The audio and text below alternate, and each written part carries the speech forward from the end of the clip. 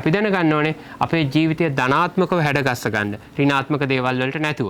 ඉතින් අපි බලමු අපි ධනාත්මක භාවයට යන්න බලපාන ප්‍රධාන සාධක තුනක් තියෙනවා. මොකක්ද මේ සාධක අතරින් පළවෙනිම සාධකය කවිය? පළවෙනිම සාධකය තමයි අපි ඇසුරු කරන පුද්ගලයන්. මේකදී අපි බුදුහාමුදුරුවෝ කියලා තියෙන දේ තමයි අසේනාච බාලානම් පණ්ඩිතානංච සේවනං කියලා. ඒ කියන්නේ අපි ආශ්‍රය කරන පුද්ගලයෝ අපිට වඩා උසස් අය. මේක ජීවිතේට අතිශය වැදගත්. අපි උසස් අය ආශ්‍රය කරනකොට අපිට ඒ උසස් අයගෙන් මේ ධනාත්මකකම, මේ හොඳකම කියන එක බෝ වෙනවා. ඒ නිසා අපි දැනගන්න ඕනේ මගේ යුතුයකම හා මගේ වගකීම තමයි ධනාත්මක පුද්ගලයන් ආශ්‍රය කළා මම මාව එනර්ජයිස් කරගන්න එක. මම මාව බල ගන්නන එක. ඒ වගේම තමයි අපි අවබෝධ කරගන්න ඕනේ අපි වැඩිපුර ගැවසෙන්නේ ඍණාත්මක පුද්ගලයෝ එක්කනම් මේ ඍණාත්මක කියන දේවල් වලින් එන බලපෑම අපිට ඇවිල්ලා අපිත් ඍණාත්මක තත්ත්වයට යන්න තියෙන ඉඩකඩ වැඩි. කවි? ඔව් එතනද කියන්න තියෙන ගොඩක් වෙලාවට අපි අනිත් අයට අනුකම්පා කරනවා. එයාලගේ ඍණාත්මක දේවල් අපි කියන්නේ පිළි අරගෙන දරාගෙන ඉන්නවා. එහෙම නෙමෙයි ආත්මාර්ථකාමී වෙලා තමන්ට ආදරය කළා ඒ කෙනාගෙන් එන ඍණාත්මක පෞරුෂයක් නම් ඍණාත්මක කිරණක් නම් අනුකම්පා සහගත සිතුවිලි අයින් කරලා ඒ කෙනාව වගේ ජීවිතෙන් අයින් කරලා දාන්න කියන එක තමයි මගේ ඇඩ්වයිස් එක වෙන්නේ. මොකද අපි හිතෙන් නැති වුණාට අපේ සාමාන්‍ය ජීවිතය රස්සාවක් කරනවා ඉගෙන ගන්නවා නම් මොන හරි දෙයක් කරනවා නම් ඒ ඍණාත්මක පෞරුෂයේ කිරණ ඔයාගේ බොඩි ඕරා එකට බලපානවා. ඔයගොල්ලෝ අහලා ඇති සාමාන්‍යයෙන් අපේ වටේ තියෙන බොඩි ඕරා එකක් අපිට පේන්නේ. මම දන්න තරමින් බුදුහාමුදුරන්ගේ බොඩි ඕරා එක පේනවා රැස්සලල්ලක් වටේට තියෙනවා. එතකොට ඒ වගේම රැස්සලල්ලක් අපිටත් තියෙනවා. ඒකට හානි වෙනවා මේ ඍණාත්මක පෞරුෂයෙන් එන ඍණාත්මක කිරණ වලින්. හරි. ඒ නිසා අපි කැමති වුණත් අකමැති වුණත් මේ ඍණාත්මක අයගෙන් අයින් වෙන්න ඕන නැත්නම් ඒගොල්ලන්ගෙන් එන බලපෑම අනුව අපි වීක් වෙන්න ඉඩ තියෙනවා. ඒ වගේම ධනාත්මක අයත් එක්කවත් අපි උඩට යන්න ඉඩ තියෙනවා. අපි පළවෙනි සාධකේ කතා කළේ දෙවෙනි සාධකේ මොකක්ද කවි? දෙවෙනි සාධකය තමයි අපි ඉන්න තැන. අපි කොහෙද ඉන්නේ? අපි ඉන්න පරිසරය. හරි. පරිසරය ගැන කියනකොට දැන් මෙතන ලොකු ධනාත්මක ශක්තියක් තියෙනවානේ. අපි ලංකාවේ විවිධ පැති වලට යනවා. මේ යනකොට අපි ධනාත්මක තියෙන තැන් හොයාගෙන යන්න ඕනේ. මේ ධනාත්මක තැන්වල තියෙන ධනාත්මක දේ අපේ පංචේන්ද්‍රයන්ට ඇතුල් වෙන්න ඕනේ. ඒ වගේම තමයි අපි ඍණාත්මක පරිසරයක ඉන්නකොට ඒකට ඇතුල් වීම වළක්වන්න බෑ. ඇතුල් වෙනවා.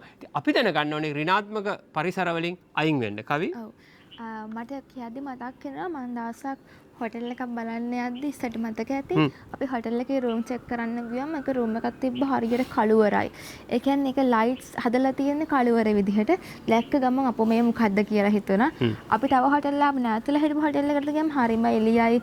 ඒ කියන්නේ හරිම සෞම්‍යයි ඉන්න හිතනවා. ඒතකොට අර වගේ තැන් වලට ගියාම අපිට නිදිමත ගතිය එනවා, එපා වෙනවා. කියන්නේ අපේ පරිසරයේ බලපාන සමහර තැන් තියෙනවා. අර අපි කට වචනෙට කියනවා හරිම මූසලයි කියලා. එතකොට ඒ වගේ තැන් වලට ගියාම අපේ පෞරුෂය කියන එක බහිනවා. අපිට අර මූසලයි කියන වචන නැතුව අපේ පෞරුෂයත් හැද ගැහෙනවා. එතකොට සමහරක් කරලා අපි අර මම හිතන්නේ අපේ යන් ජෙනරේෂන් එක පිළිගන්නේ නැති වුණා අර වාස්තු විද්‍යානුකූලව ගේ හදන්න කියන්නේ හේතුව ඕක වෙන්නේ නැති. අනිවාර්යයෙන්. මමත් ඇත්තටම එහෙම ඒ දවස්වල පිළිගත්තු කෙනෙක් නෙමෙයි. දැන් පිළිගන්න සිද්ධ වෙලා තියෙනවා මේ කරුණුත් එක්ක. එතකොට ඔයාගේ ඇතුළ වුණත් අර අපි පිළිවෙලට ලස්සනට තියාගන්න කියන්නේ ඒකයි. මොකද ඔයාගේ මනසෙන් ඒ දේ දකිද්දි ඔයාගේ මනස නිවෙනවා. අපිලිවෙලා තියෙද්දි ඔයාගේ මනසත් ඒ වගේම අපිලිවෙල වෙනවා. හරියටම හරි. gedara වැඩපොළ. හරිද? මේ කියන දේවල් ලස්සනට තියාගන්න ඕනේ. මොකද දන්නවද? අපි නිතරම දකින්න ඕනේ gedara අපි වැඩපොළත් නිතරම දකින්න. ඒ නිසා තමයි අනවශ්‍ය දේවල් අයින් කළා. ධනාත්මක විදිහට ලස්සනට පිරිසුදුවෙන් තියා ගැනීම වටිනවා. ඒ නිසා අපිට එන්වයරන්මන්ටල් ෆැක්ටර් එක හෙවත් පාරිසරික සාධකය කියන එක අනිවාර්යයි. ඒක අපි තව දෙයක් එකතු කරමු. අපි රුවන්වැලි සෑය, කැලණි පන්සල මේ වගේ එහෙම නැත්නම් ඔයාගේ ආගමේ පල්ලියක්, කෝවිලකට මේ සිද්ධාස්ථානයක ධනාත්මක ශක්තියින් පිරීලා තියෙනවා. මෙන්න මේවට වැඩිපුර යන විට ඔයාගේ පර්සනැලිටි එක ධනාත්මක වෙනවා. ඒ වගේම තමයි මූද අයිනට ගිහිලා රිලැක්ස් කරනකොට ගාඩන් එකකට යනකොට විශේෂයෙන් කැලේට යනකොට කැලේ ඇතුලේ තියෙන අපි දෙනවා ගස් කොළ දකිනවා ඔක්සිජන් දකිනවා සතාසි උපව කෑ ගහන සද්ද යනවා මෙන්න මේවෙන් අපි ධනාත්මක ශක්තියින් ඉරලා අපි ඉස්සරහට යනවා අපි ගොඩක් රිලැක්ස් වෙනවා මේක අතිශය වැදගත් තුන්වෙනි කාරණාව තමයි ඔයා ඇසුරු කරන විෂයන් කියවම ඔයා සෝෂල් මීඩියා වල හැසිරෙනවා ඔයාගේ හොබීස් කරනවා ඔයා පොත් කියවනවා වෙන්න පුළුවන් ටීවී බලනවා වෙන්න පුළුවන් මේ ඔක්කොම අයිති වෙනවා මේ ඔක්කොම අයිති වෙනවා උදාහරණයක් Facebook එක බලනකොට අපි අනිවාර්යෙන් නම් Facebook එකේ වෝල් එක බලනකොට YouTube එක බලනකොට TikTok බලනකොට WhatsApp බලනකොට ඒ වගේම පොතපත බලනකොට පත්තරේ බලනකොට TV channel එකක් බලනකොට මෙන්න මේ සියලු දේවල් වලින් ඍණාත්මක දේවල් වැඩිපුර කතා කරන්නකොත් අපිට ඒක ඇබ්සෝබ් වෙනවා ඒක වළක්වන්න බෑ අපේ පෞරුෂයත් ඍණාත්මක බවට පත් වෙනවා ඉතින් ඔව් කවි. මෙහෙමයි ඒක කියද්දි මට මතක් වුණේ ගොඩක් වෙලාවට අපි අර සමහරක් අර FB එකේ ගොඩාක් ෂෙයා වෙන්නේ හරි වචනෙන් කිව්වොත් බූට් කාව් වගේ ඒ කියන්නේ ඒ වගේ නිසදස් ලියපු දේවල් ඒ කවි ලියපු දේවල් මම අත්දැකීමෙන් දන්න දෙයක් තමයි අර ධනාත්මක දෙයට වඩා ඒ ඍණාත්මක දෙයට අපේ මනස ඇදිලා යනවා. අර විරහව ගැන ලියලා තිබුණා අපේ ඒක ඇදිලා යනවා. හැබැයි ඒක නෙමෙයි වෙන්න ඕනේ. මං හිතන්නේ මගේ Facebook එකේ ප්‍රොෆයිල් එකේවත් වෝල් එකේවත් ඒ වගේ දේවල් ඇත්තෙම නැහැ. මොකද ඇත්තම මනුෂ්‍ය වශයෙන් අපේ හිත ඒ දේවල් ඇදිලා යනවා. හැබැයි ඒ දේවල් කරන්න හොඳ නැහැ. Facebook එකේ අර මං ඔයගොල්ලෝ දන්නවා ඇති ගොඩක් විදේශයන් වල මැරෙන දේවල්, වෙඩි තියපු දේවල් මංකොල්ල කාපුවා පෙන්වන්නේ නැහැ. අපි හිතනවා ඒ රටවල වෙන්නේ නැහැ කියලා. නෑ ඒ රටවල වෙනවා. ඒක සෝෂල් මීඩියා වල නිවුස් වල පෙන්වන්නේ. ඇත්තටම මේ අපිට ඒව වැඩක් නෑ. මොකද අපිට ගන්න තියෙන ආදර්ශයක් නෑ ඒකේ. ලංකාව නිවුස් බැලුවොත් පෙන්වන්නේ මංකොල්ල කාව නැත්නම් දේශපාලනයේ මොකක් හරි වෙච්ච දෙයක්. එක්කෝ නැත්නම් මොකක් හරි කාව හරි මරපු දෙයක්. තනිකර ඍණාත්මක දේවල්. ගොඩක් කට්ටිය ඉන්නවා ඔය 9 මාන්ට 10ට නිවුස් බලලා නින්දට යනවා. තනිකර ඍණාත්මක දේවල් ඇතුළට දාගෙන ඔයගොල්ලෝ දන්නවා ඇති අපි නිදා ගන්න විනාඩි කිහිපයකට කලින් අපේ යටිසිත සහ උඩුකය කියන දෙකේ දොරටුවක් තියෙනවා. මේ දොරටුව ඇරෙනවා. ඇරුණට පස්සේ ඔයා හිතන දේවල් ඔයා දකින දේවල් ඔයාගේ යටිසිතට දාගන්නවා.